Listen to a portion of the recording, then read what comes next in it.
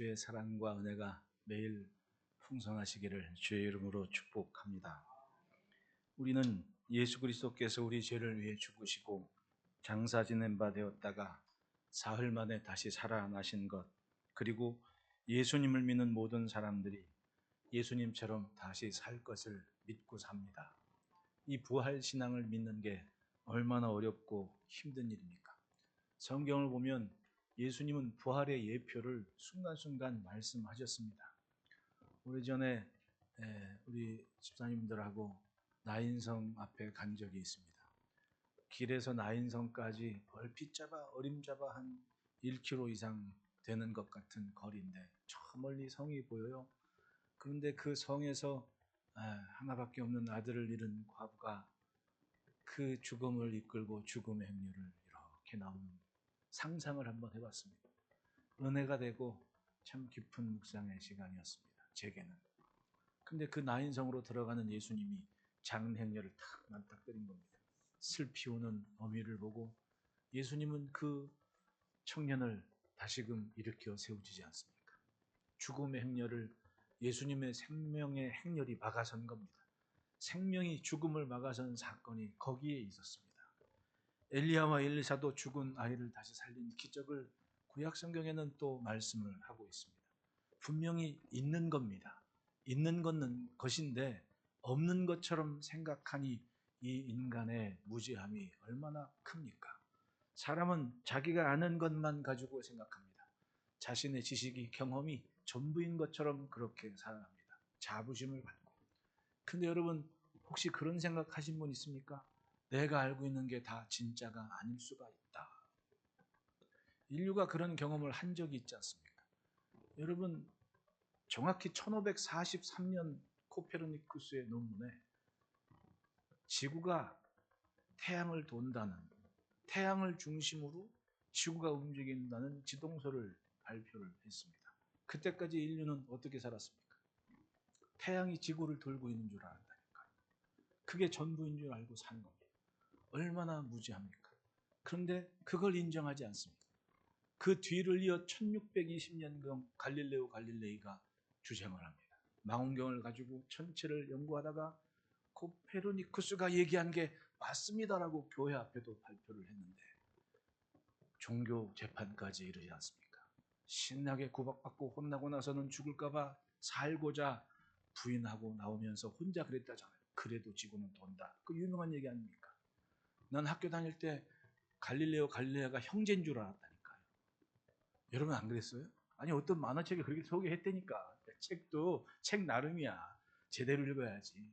갈릴레오가 이름이고 갈릴레이가 성일이지 않습니까? 한 사람이 솔직히 이 자리에도 지금도 둘인가 하는 사람이 있다니까. 한 사람이었습니다. 근데 그 사람이 그렇게 1620년까지 주장을 하기까지 그때도 사람들은 여전히 뭔 소리냐? 태양이 지구를 도는 것이. 지난 주간에 또 미국에서 유인 우주선을 쐈다고 얘기합니다. 근데 참 생각해 보니까 사람의 무지가 끝도 없는 겁니다. 언젠가 그 무지가 아니야 라고 할 때 인정할 줄 알아야 되는데 그걸 인정하지 못하는 거예요. 그뿐입니까? 1492년 콜럼부스가 신대륙을 발견할 때까지 중세 그 시대에 그래도 배웠다는 사람들이 다 뭐라고 생각했습니까? 지구는 네모나다. 그렇게 생각했잖아요. 저 바다 끝에 가면 떨어지는 줄 알고 사는 겁니다. 근데 그걸 가만히 생각해 보니까 사람이 참 그런 겁니다. 내가 아는 게 전부인 줄 알고 살다가 그게 아닌 게 딱 결정이 됐을 때, 알게 됐을 때 인정하고 믿는 사람이 있는가 하면 끝까지 인정하지를 않는 사람들이 분명히 있다니까요. 1517년 종교개혁 당시까지만 해도 그 시대의 사람들이건 교회건 다 그렇게 알고 믿었습니다. 태양이 지구를 돌고 있다. 그러니 인간의 지식이 얼마나 시간 지나면 보잘것없고 무지하겠습니까? 우리는 특히 하나님 말씀 앞에는 그걸 인정해야 돼요. 예수님이 오셨습니다. 그리고 말씀하지 않습니까? 이 성전을 헐라 내가 사흘 만에 도로 세울 거다. 그런데 완고한 종교인들은 그런 하나님의 아들이 오신 것을 세상이 인정하는데 자기들만 인정하지 않고 기어이 어떤 도구로 쓰임받습니까? 예수를 십자가에 못 박는 도구가 되지 않았습니까? 때로는 진리가 분명할 때 내 앞에 있는 상황이 아 저분이 예수구나 라는 걸 모두가 인정할 때 믿어야 돼. 인정해야 됩니다. 부활하신 주님이 계시는데 분명히 부활하셨는데 마태복음 끝장에 보십시오. 거기 어떤 일이 있습니까? 군사들이 돌문을 지키고 있는데 웬일입니까? 눈 떠보니까 돌문 열렸고 무덤, 죽음이 없는 겁니다. 그걸 얼른 대제사장한테 가가지고 진짜라고 예수가 부활한 게 맞다고 그러니까 대제사장이 어떻게 합니까? 돈을 지어주면서 절대로 이 말은 새나가지 않게 너랑 나랑 비밀로 해라. 부활하셨는데 인정을 못하겠다는 겁니다. 아예 감추고 싶습니다. 덮고 싶습니다. 절대로 일어나지 않은 일이로. 여러분 내가 인정하든 인정하지 않건 사실은 사실인 거예요. 안 그렇습니까? 하나님의 말씀 앞에는 확실하게 무릎 꿇고 인정을 하는 겁니다. 시대의 교회가 그걸 인정하지 않고 외면할 때가 얼마나 많았습니까? 어쩌면 우리도 그렇습니다. 세상은 부단히 변하고 그리고 몰랐던 것을 알게 되고 그러면 인정을 하고 받아들여야 됩니다. 그 격변의 세월에서도 여전히 진리는 진리인 이 성경이 바로 진리라는 것을 인정하고 하나님이 말씀하시는 것은 믿어야지. 믿고 그걸 따라가야만 되는 겁니다. 여러분 믿음이 은혜입니다. 가만히 보면 지금도 믿는 사람보다 믿지 않는 사람이 더 많은 이유가 뭔지 아십니까? 예수님은 분명히 말씀하셨습니다. 찾는 이가 적다. 좁고 협착하다. 들어가는 이가 적다. 좁은 문이기 때문이다. 이게 믿음이고 생명의 삶인 거예요. 어쩌면 가면 갈수록 전도도 어렵고 예수 믿는 사람들 희한하게 세상에 쳐다보는 게 당연할 수도 있습니다. 왜냐하면 하나님이 정하셨습니다. 이미 하나님이 구원이 필요한 인생, 구원하신 인생을 하나님이 알고 계신 거예요. 그런 사람들은 스쳐만 지나가도 성전 문턱을 밟고 들어옵니다. 그리고 회개를 하는 거예요. 그러나 수십 년 복음을 들었어도 못 믿는 사람은 못 믿는 거예요. 노아가 방주를 120년 동안 만들었다고 합니다. 120년 동안 기회가 있어도 방주 안에 못 들어가지 않습니까? 그게 바로 생명 앞에 선 인생의 모습인 거예요. 사도 바울께서 고린도 교회에 편지했습니다. 고린도 교회는 당시에 굉장히 발전된 학문과 문화를 가지고 있는 도시였습니다. 여러분 세계사의 헬라 문화가 얼마나 존중받습니까? 예, 지금도 미국의 고등학교 애들은 그리스 고전 지금도 공부하고 일리아드 오디세이는 기본 필독서입니다. 그만큼 헬라 문화가 서구 문화권에서 아니 세계적으로 영향을 끼쳤습니다. 솔직히 우리가 고레스 하지만 고레스 왕도 헬라 문화를 얼마나 좋아하는지 아십니까? 왜냐하면 똑똑한 사람들이고 발전된 문화고 철학적이고 그걸 다 배운 겁니다. 그걸 받아들인 사람이에요. 네. 페르시아가 멸망하고 헬라 제국이 들어오기 전부터 헬라 문화를 동경했던 사람들입니다. 여러분 1453년에 콘스탄티노플 동로마 제국 천년 왕국 아닙니까? 그 천년 왕국이 술탄 아흐멧 무슬림 오스만 제국에 의해서 무너집니다. 성벽이 열리고 함락이 당하는 겁니다. 그때 그 콘스탄티노플을 정복한 술탄이 뭐라는지 아십니까? 우리는 로마를 계승한다. 이렇게 얘기한 거예요. 그만큼 헬라나 로마의 문화를 세계의 지도자들이나 제국이 존중하고 배워왔다는 얘기입니다. 고린도는 바로 그런 문화가 집성화된 그런 도시였던 겁니다. 여기에 아리스토텔레스니 플라토니니 그러고 보니까 여러분들이 아리스토텔레스보다 똑똑한 사람들이네. 왜냐하면 아리스토텔레스도 태양이 지구를 돈다 그랬거든. 태양이 지구를 돈다 그랬거든. 그러니까 사실은 지식이 있고 없고가 따지고 보면 아무것도 아닌 순간이 분명히 있다니까요. 그래서 여러분 제일 건강할 때, 제일 똑똑할 때, 제일 여유 있을 때 가장 최고의 신앙으로 예수 믿으시기를 바래요. 나이 지나면 아무것도 아니게 되더라고. 나 성우 그 배한성 씨 좋아했거든요. 그 사람도 독실한 크리스천 아닙니까? 근데 얼마 전에 뭐 하다가 그 배한성 씨 봤는데 연세도 있고 근데 아파트에서 실컷 지하 주차장 내려왔어. 딱 차에 딱 가가지고 키를 안 갖고 왔네. 그리고 다시 올라가. 후배가 약속 잡고 그 주차장에 왔는데 주차장에 와서 회장님하고 인사를 했는데 이 배한성 씨가 하는 얘기가 자네 왜 왔나? 이렇게 사는 게 그런 거예요. 내가 아는 것, 내가 가진 것 그게 아무것도 아닌 것처럼 느껴질 때가 있습니다. 그러니까 여러분 후회 없이 가장 최고의 시간에 가장 건강할 때, 가장 여유 있을 때 가장 최고의 신앙을 소유하시기를 바라요. 늦지 않게. 고린도는 그런 도시였습니다. 여기 그 시대에 부활에 대해 생각하는 것을 성경대로만 한번 봅시다. 여러 가지 철학적 사전, 이건 복잡하니까 사도행전 17장 32절을 보면 그들이 죽은 자의 부활을 듣고 어떤 사람은 조롱도 하고 어떤 사람은 이 일에 대하여 내 말을 다시 듣겠다 하니, 부활에 대한 얘기를 들을 때 어떤 사람들은 호감을 갖고 야 그런 게 있었어? 하고는 바짝 달려드는 사람이 있는가 하면 어떤 사람은 말 되는 소리를 해라 조롱을 하더라는 겁니다. 자신의 지식과 경험으로는 말도 안 되는 소리라는 겁니다. 왜냐하면 이 시대에 플라톤의 영향을 받은 사람들은 이원론을 따라서 인간이 딱 죽는 순간 육과 영은 분리가 되고 육은 그대로 소멸되는 것이고 영만 남는다, 이런 취지의 사고를 갖고 있었거든요. 반대로 극단적인 신비주의자들도 있었고 별의별 사람 많았습니다. 조롱하는 사람들은 다 그런 사람들이 말 되는 소리를 해라 부활이라니. 그런데 부활에 대한 확신을 가질 수밖에 없었던 사람이 누굽니까? 그 말을 전하고 가르친 사도 바울 아닙니까? 청년 사울 때 예수 믿는 사람 극단적으로 싫어했습니다.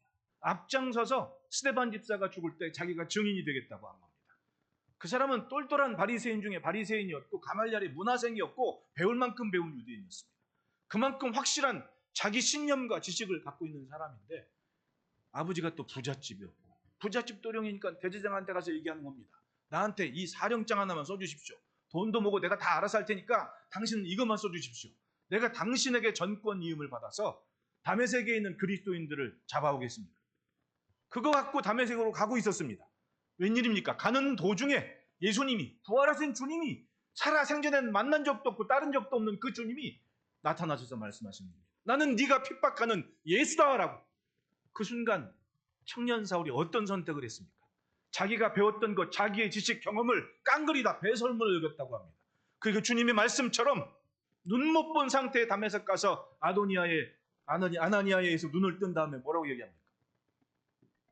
너는 이방인을 위해 택한 내 그릇이다 라는 이야기를 해주셨을 때 확실한 믿음을 갖고 자신의 삶을 바쳐서 믿음에 따라 주의 길을 갖고 또 주의 흔적이 되는 삶을 나눈 겁니다.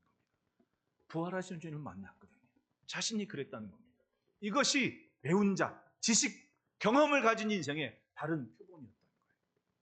그런데 대다수의 사람들이 인정을 하기 시작한 거죠. 싫어했던 거죠. 왜 예수님이 십자가에 죽으셨습니까?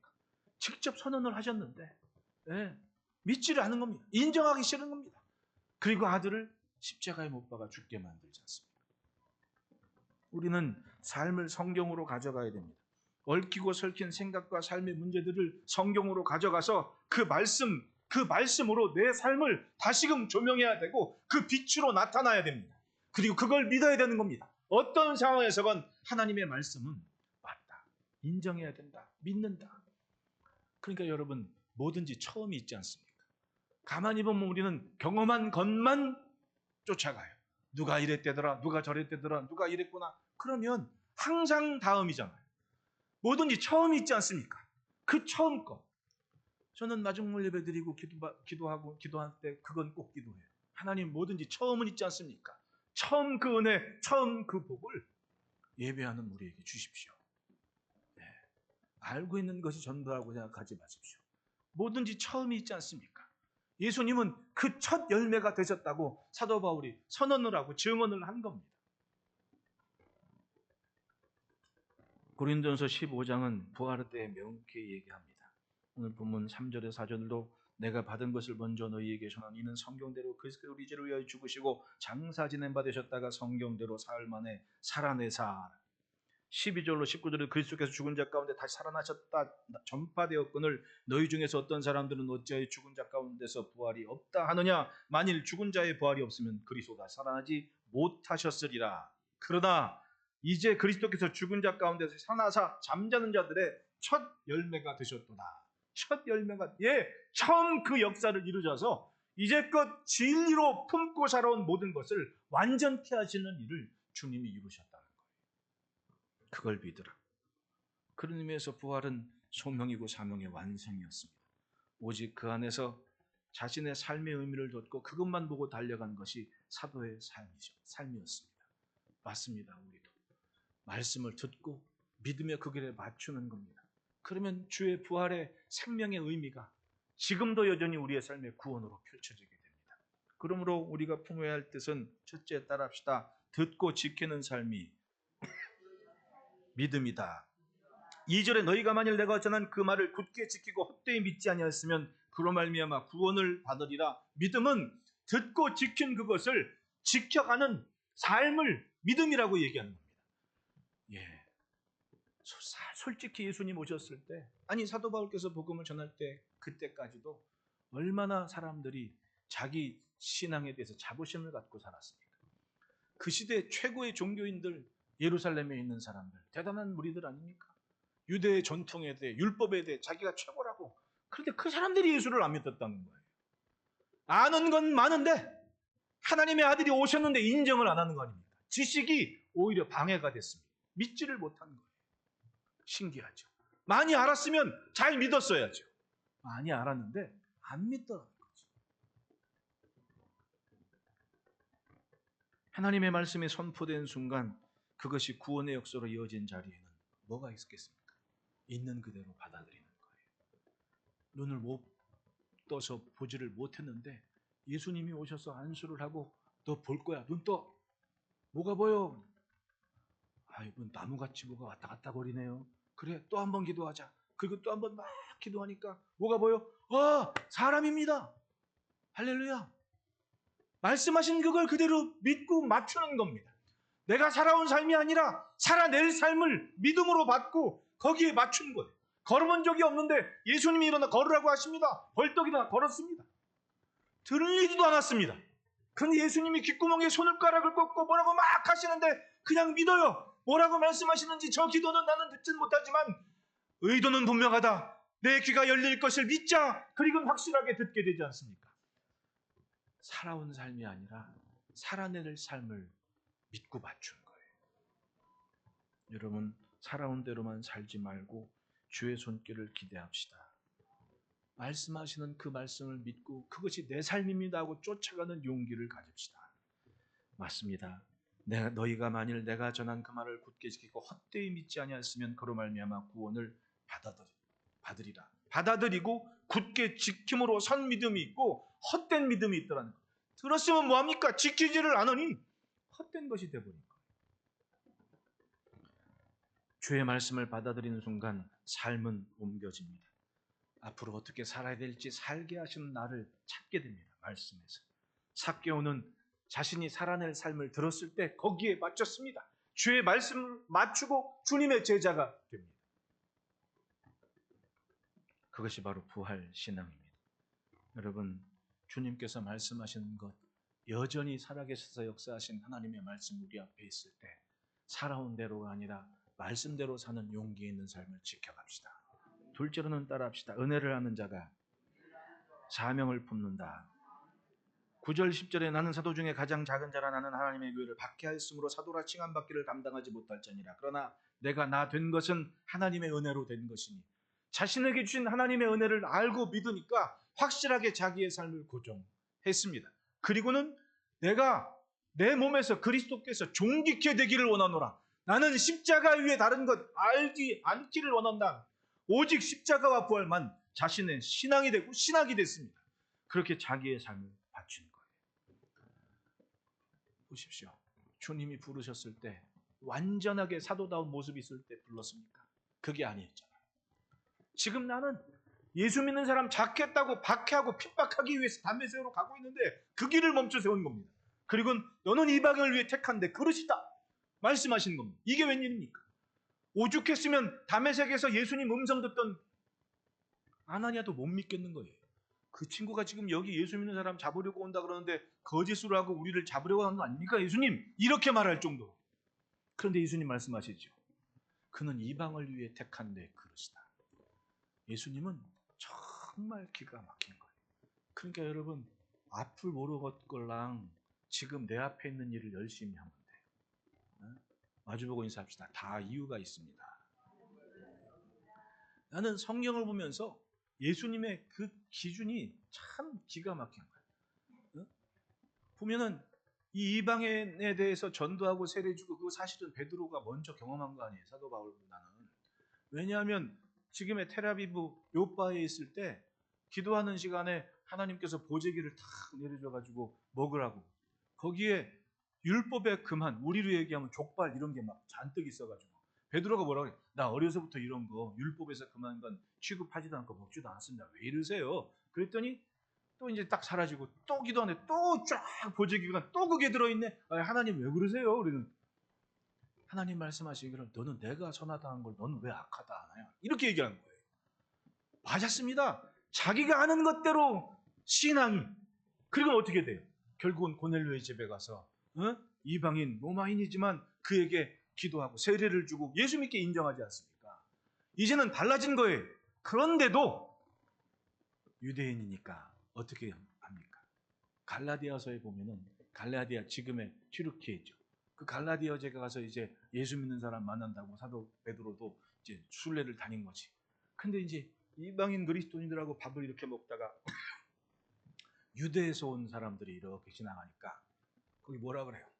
베드로 사도께서 밥을 먹다가 나 지금 급한 일이 있어서 가버린 거야. 왜냐하면 저 예루살렘에서 온 사람들이 내가 이방인하고 밥 먹었다고 하면 예루살렘 가서 소문낼 거 아니야. 저 베드로가 구별되지 않게 이방인들하고 밥을 먹고 그랬다고 소문날까 봐 그게 무서워서 밥 먹다가 도망을 간 거예요. 사도 바울이 그 얘기를 듣고 뭐라 그래? 비난을 하고 꾸짖었다 그래. 사도가 돼가지고 그걸 그러니까 따지고 보면 베드로의 시야와 그리고 사도 바울의 시야가 달랐던 거예요. 보는 게 달랐던 겁니다.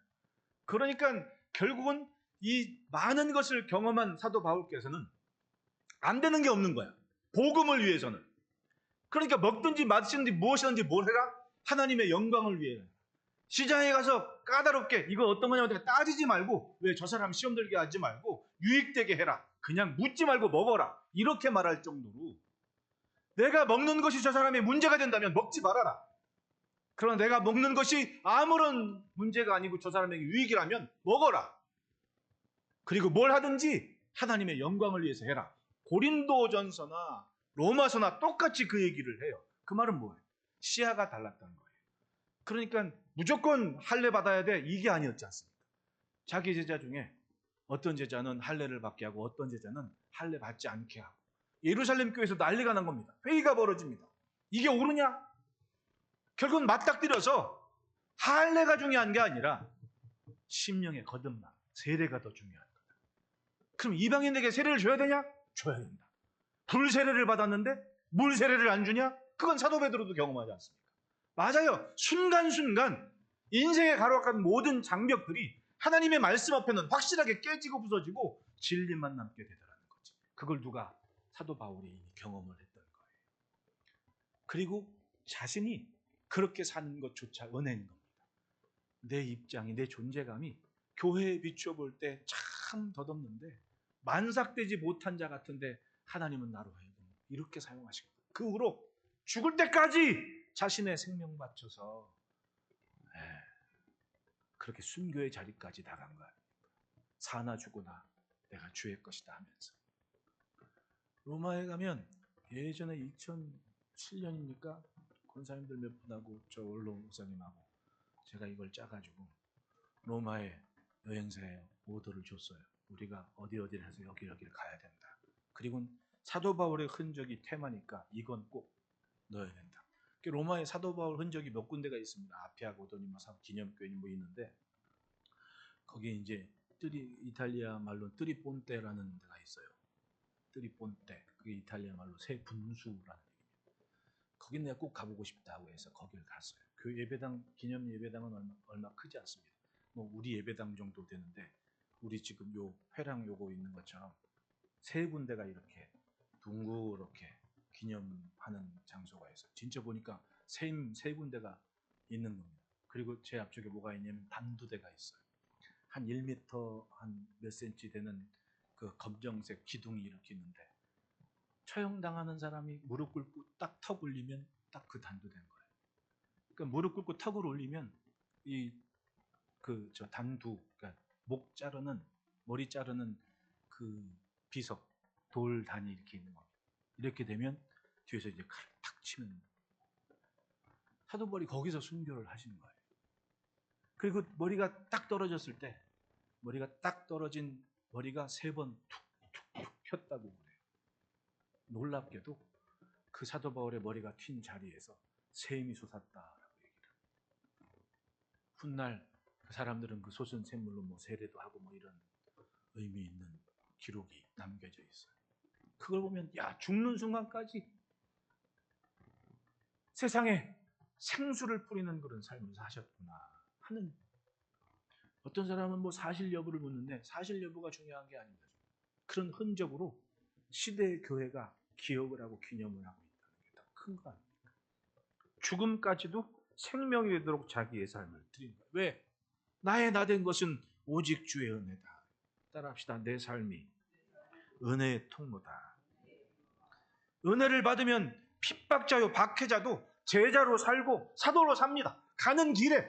왜? 주님이 인정하신 건데. 살다 보면 주님도 인정하시는데 내가 인정하지 못하는 게 많잖아요. 사두개인이 그랬고 바리새인이 그랬고 종교인들이 그랬습니다. 그러니까 예수님을 십자가에 못 박으라고 외치지요.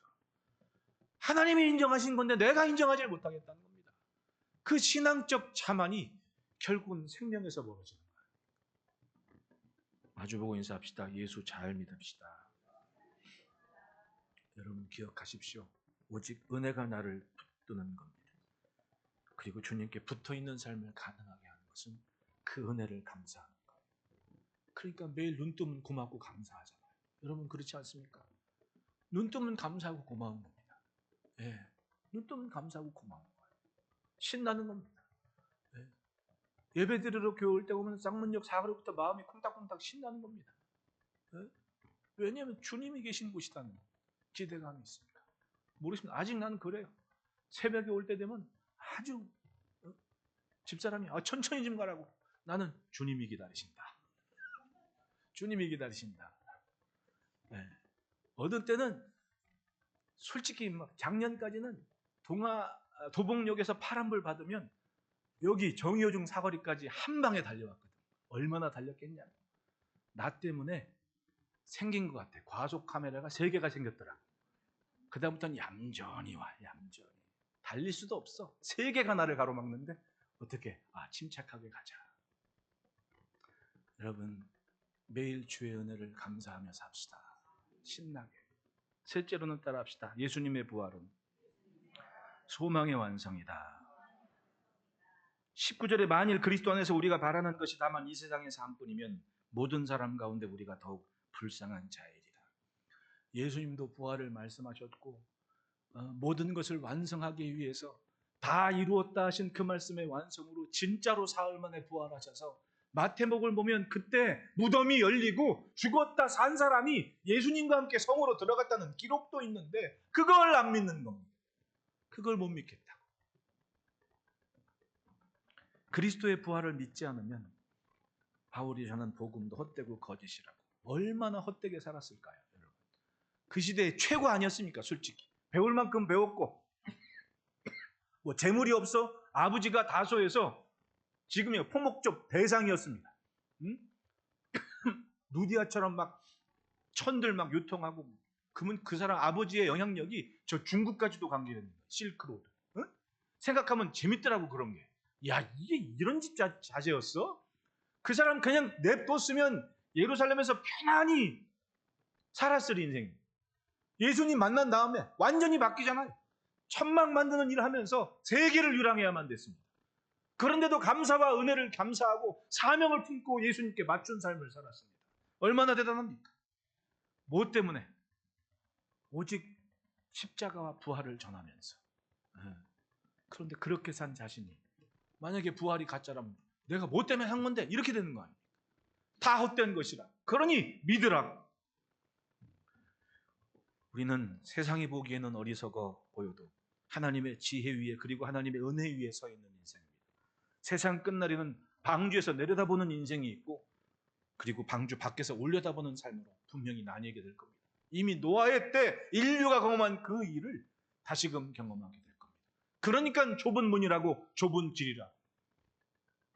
내 믿음의 삶이 은혜의 열매가 되도록 삽시다. 그리고 믿은 대로 삽시다. 2절에 너희가 만일 내가 전한 그 말을 굳게 지키고 헛되이 믿지 아니었으면 그로 말미암아 구원을 받으리라. 매일 하나님의 손길이 있습니다. 손길이 우리의 삶을 새롭게 하고 생명으로 구원으로 매일 역사하실 줄 믿습니다. 이제 성찬 예식하겠습니다.